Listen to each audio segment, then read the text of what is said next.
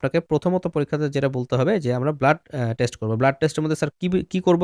আমরা বলতে হবে স্যার আমরা করব হচ্ছে complete blood count with peripheral blood film. Complete blood count with peripheral blood film. কি এক্সপেক্ট করো? স্যার কমপ্লিট ব্লাড কাউন্টের মধ্যে আমাদের কি থাকে? কমপ্লিট ব্লাড কাউন্টে থাকা হচ্ছে হিমোগ্লোবিন। তাহলে হিমোগ্লোবিন এখানে কম থাকবে যেহেতু পেশেন্টের এনিমিয়া। সিভিয়ার এনিমিয়া হলে বেশি কম থাকবে, কম এনিমিয়া হলে কম থাকবে। তাহলে সিভিয়ারিটি অফ ডিজিজের সাথে আমরা এটার সম্পর্ক বুঝতে পারলাম। ঠিক আছে? এরপরে ২ নম্বর কথায় আসি যে কমপ্লিট ব্লাড কাউন্টে আমরা কি দেখি? কমপ্লিট ব্লাড কাউন্টে আমরা যে জিনিসটা দেখি সেটা হচ্ছে যে আমরা কাউন্টগুলো দেখার চেষ্টা করি। আরবিসির কাউন্ট কেমন, ডব্লিউবিসির কাউন্ট কেমন, প্লেটলেট কাউন্ট কেমন। তাহলে এখানে আরবিসির কাউন্ট কিছু ক্ষেত্রে কিন্তু আরবিসির কাউন্টটা বেশি হবে, হ্যাঁ? তাহলে আরবিসি কাউন্ট মনে রাখতে হবে হাই হবে। কেন আরবিসি কাউন্টটা হাই হবে? দেখেন বোন মেরুতে তো সমস্যা নেই। বোন মেরু চেষ্টা করতেছে বেশি আরবিসি প্রোডাকশন করার জন্য। কিন্তু আপনার আরবিসি ডিস্ট্রাকশন হয়ে যাচ্ছে। সো আরবিসি যেহেতু ডিস্ট্রাকশন হচ্ছে, সুতরাং আরবিসিটা ডিস্ট্রাকশন হয়ে গেলে এই কারণে আল্টিমেটলি এনিমিয়া হচ্ছে, কিন্তু বোন মেরু চেষ্টা করতেছে বেশি আরবিসি প্রোডাকশন করার জন্য। আবার রিপিটেড ব্লাড ট্রান্সফিউশন করছেন, সো সেখান থেকেও তো একটা আরবিসি আসছে আপনার ব্লাডে। তাহলে আরবিসি কাউন্টটা হাই থাকে। এবং যদি আরবিসি কাউন্টটা হাই থাকে, বোন মেরু যেহেতু বেশি প্রোডাকশন করে, এটা বোঝা যায় কি দিয়ে? এটা বোঝা যায় হচ্ছে রেটিকুলোসাইট কাউন্ট দিয়ে। রেটিকুলোসাইট, হ্যাঁ, রেটিকুলোসাইট দেখেন বলা হচ্ছে কমনলি লেস দেন 8%। তার মানে নর্মাল থাকে হচ্ছে নর্মাল থাকে হচ্ছে 0.2 to 2%, কিন্তু এইখানে পেশেন্টের রেটিকুলোসাইট কাউন্টটা হচ্ছে বেশি থাকবে। এখন রেটিকুলোসাইট কাউন্টটা আপনার কাছে দেখে মনে হতে পারে ওকে ফাইন, রেটিকুলোসাইট কাউন্টটা বেশি, বাট ঘটনা হচ্ছে তার যেই পরিমাণ এনিমিয়া সেই পরিমাণে আবার রেটিকুলোসাইট কাউন্ট বাড়ে না। মানে রেটিকুলোসাইট কাউন্টটা বাড়ার একটা প্রপোর্শন আছে। ধরেন এক হিমোগ্লোবিন কমলে রেটিকুলোসাইট কতটুকু বাড়বে, এটাকে আমরা বলি রেটিকুলোসাইট প্রোডাকশন ইন্ডেক্স। কিন্তু তার যেই পরিমাণ এনিমিয়া সেই পরিমাণে আবার রেটিকুলোসাইট কাউন্ট বাড়ে না। তাহলে রেটিকুলোসাইট কাউন্ট বেশি, দেখেন নর্মাল 2%, আপনার এখানে বলছে commonly less than 8%, so reticulocyte count বেশি হবে, কিন্তু this is inappropriately low. This is inappropriately low compare to the degree of anaemia. ঠিক আছে? তাহলে এই কথাটা খেয়াল রাখতে হবে, কারণ এখানে ইনএফেক্টিভ ইরেথ্রোপয়েসিস হচ্ছে। আচ্ছা, তো এই যে আরবিসি এবং হচ্ছে আমাদের আরবিসি রেটিকুলোসাইট, এই জিনিসগুলো হচ্ছে অসামঞ্জস্যতা, এইটা কিন্তু ধরা পড়ে আমাদের একটা টেস্টে, হ্যাঁ? একটা ক্যালকুলেশন আছে, যে ক্যালকুলেশনটা নিয়ে আপনাদেরকে একটু বলি। এইটাকে বলা হচ্ছে মেনজার ইনডেক্স। তাহলে মেনজার ইনডেক্স কি? ধরেন হ্যাঁ, ২ টা পেশেন্ট আসছে আপনার কাছে মাইক্রোসাইটিক এনিমিয়া নিয়ে। একজনের হচ্ছে আয়রন ডেফিসিয়েন্সি এনিমিয়া, আরেকজনের হচ্ছে থ্যালাসেমিয়া। এখন দেখেন আয়রন ডেফিসিয়েন্সি এনিমিয়া এবং থ্যালাসেমিয়া ২ জনেরই কি হবে? ২ জনেরই কিন্তু এমসিভি কমবে, হ্যাঁ? সো এই যে এমসিভি, এমসিএইচ এই জিনিসগুলো কমে যাচ্ছে, তাহলে আমরা কিভাবে বুঝবো যে কার আয়রন ডেফিসিয়েন্সি অ্যানিমিয়া এন্ড কার থ্যালাসেমিয়া? এইটা একটা সিবিসি থেকে আমরা বুঝতে পারি। এখন এখন আমরা যদি দেখি যে একটা আয়রন ডেফিসিয়েন্সি অ্যানিমিয়ার পেশেন্টের কি হবে? তার এমসিভি কমবে। এমসিভি কেন কমে? কারণ হচ্ছে তার এখানে আয়রন দুঃখিত। সো এমসিভি কেন কমে? এমসিভি কমার কারণ হচ্ছে তার আয়রন কনটেন্ট কম। আয়রন কনটেন্ট কম হওয়ার কারণে এই যে আরবিসির মধ্যে যে হিমোগ্লোবিন থাকে, সেই হিমোগ্লোবিনে আয়রন কনটেন্ট কম। সো আরবিসি সাইজটা একটু ছোট হয়ে যাচ্ছে। এইটা একটা ঘটনা। কিন্তু এখানে আরবিসি কাউন্ট কিন্তু এত বেশি বাড়ে না। কিন্তু যদি থ্যালাসেমিয়া হয়, থ্যালাসেমিয়াতে আরবিসি কাউন্টটা বাড়ে। তাহলে একদিকে হচ্ছে এখানে আরবিসি কাউন্টটা বাড়ছে, প্লাস হচ্ছে যেহেতু গ্লোবিন চেইনগুলো নাই, এখানে হিমোগ্লোবিনের সাইজটা আরও বেশি কমে যায়। তাহলে এখানে এমসিভিটা বেশি কমে। এই এমসিভি কমাটাকে বলা হয় ডিসপ্রপোর্শনেট। একদম এমআরসিভি পার্ট 2 তে বেশিরভাগ সময় আপনি পাবেন যে একটা মানুষের ধরেন হিমোগ্লোবিন, একটা মানুষের ধরেন হচ্ছে আপনার হিমোগ্লোবিনটা ধরলাম হচ্ছে 9, হিমোগ্লোবিন 9, কিন্তু তার হচ্ছে এমসিবি দেখা গেছে 54। এরকম টাইপের যদি থাকে যে হিমোগ্লোবিন একটু কম বাট এমসিবি বেশি কম, এটাকে আমরা বলি যে disproportionate decrease of the MCV. Okay? তাহলে এই ক্ষেত্রে যদি আপনি মেনজার ইন্ডেক্স করেন, যেটা হচ্ছে এমসিভিকে আপনি আরবিসি কাউন্ট দিয়ে ভাগ দিবেন, তাহলে এমসিভি যদি বেশি কমে এবং আরবিসি কাউন্ট যদি বাড়ে, তাহলে মেনজার ইন্ডেক্সটা কি হবে? কমবে, তাই না? এক্স্যাক্টলি। তাহলে দেখেন যদি কারো মেনজার ইন্ডেক্স কম থাকে, লেস দেন 13 থাকে, তাহলে দেখা গেছে যেটা থ্যালাসেমিয়া, বিশেষ করে থ্যালাসেমিয়া ট্রেট হওয়ার সম্ভাবনা বেশি। আর মেনজার ইন্ডেক্স যদি মোর দেন 13 থাকে, তাহলে সেটা হচ্ছে আয়রন ডেফিসিয়েন্সি অ্যানিমিয়া। তাহলে মেনজার ইন্ডেক্সটা মূলত থ্যালাসেমিয়া মেজরে না, থ্যালাসেমিয়া ট্রেটে কাজ করে।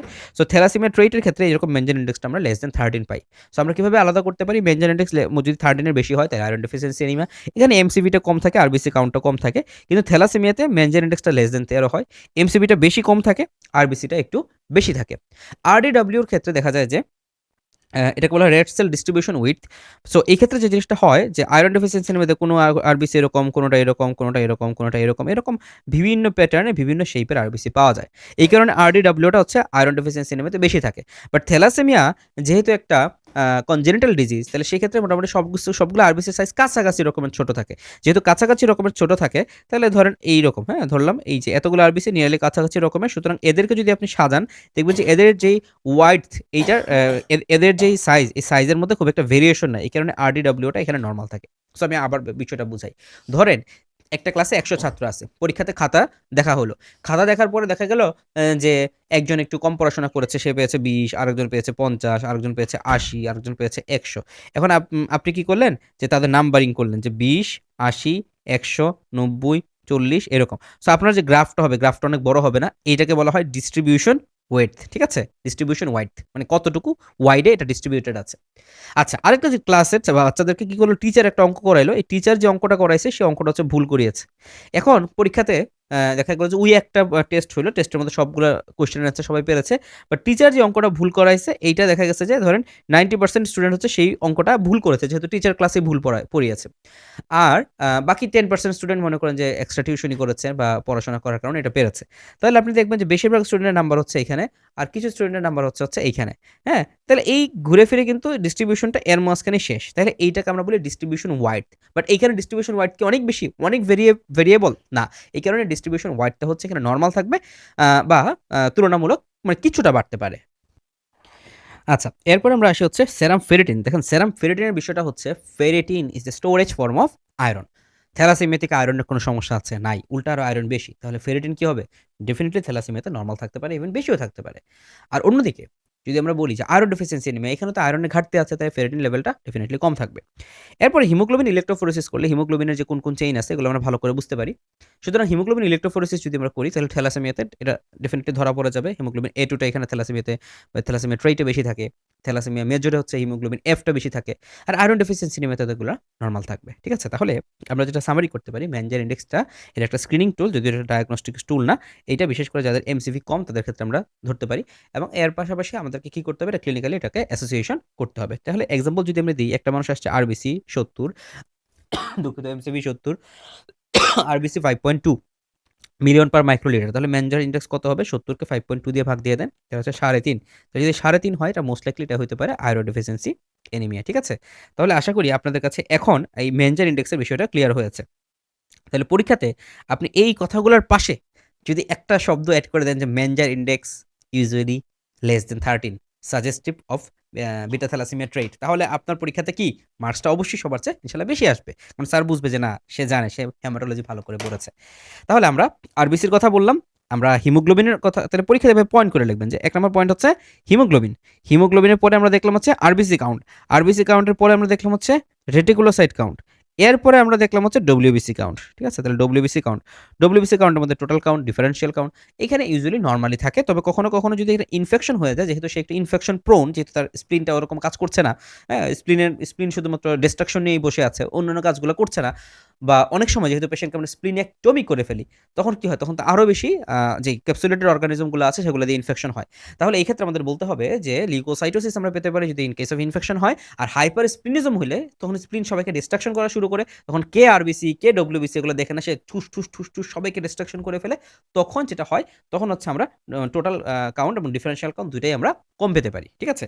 প্লেটলেট কাউন্ট একই কথা, যে ঠুস ঠুস ডিস্ট্রাকশন করলে সে প্লেটলেট কাউন্টও কমিয়ে দিতে পারে। তাহলে এইভাবে আমরা করে কয়েকটা পয়েন্ট আমরা বললাম। এরপর আমরা কি বলেছিলাম? Complete blood count with peripheral blood film. তাহলে পেরিফেরাল ব্লাড ফিল্মে আমরা কি পাবো? আমরা কিছু অ্যাবনর্মাল শেপের সেল পেতে পারি, পরীক্ষার জন্য একটু গুরুত্বপূর্ণ, যেমন টার্গেট সেল আমরা পেতে পারি, নিউক্লিয়েটেড সেল পেতে পারি। নিউক্লিয়েটেড সেল কেন? ওই যে ধরেন আপনি যখন খুব র্যাপিড প্রোডাকশন করবেন, র্যাপিড প্রোডাকশন করলে আপনি সবসময় একদম গুছায়ে ভালো জিনিসটাই মার্কেটে আনতে পারবেন না, কিছু ভুলভাল হয়ে যাবে। তাহলে র্যাপিড প্রোডাকশন করলে যেহেতু কিছু ভুলভাল হবে, এই ভুলভাল জিনিসগুলোর মধ্যে এই একটা জিনিস হচ্ছে কি, আমাদের নিউক্লিয়েটেড রেড ব্লাড সেল। হ্যাঁ, সো এরকম নিউক্লিয়েটেড আমরা রেড ব্লাড সেল পেতে পারি। এরপরে এই যে এরকম কিছু টার্গেট সেল পাওয়া যেতে পারে। হ্যাঁ, টার্গেট সেল পাওয়া যেতে পারে। এই যে কিছু ডিস্ট্রাক্টেড সেল বা সিস্টোসাইট পাওয়া যেতে পারে। তাহলে সিস্টোসাইট, ফ্র্যাগমেন্টেড আরবিসি এগুলা দেখলে আমরা কি বুঝবো? এগুলো দেখলে আমরা বুঝবো যে পেশেন্টের অলরেডি হেমোলাইসিস হচ্ছে।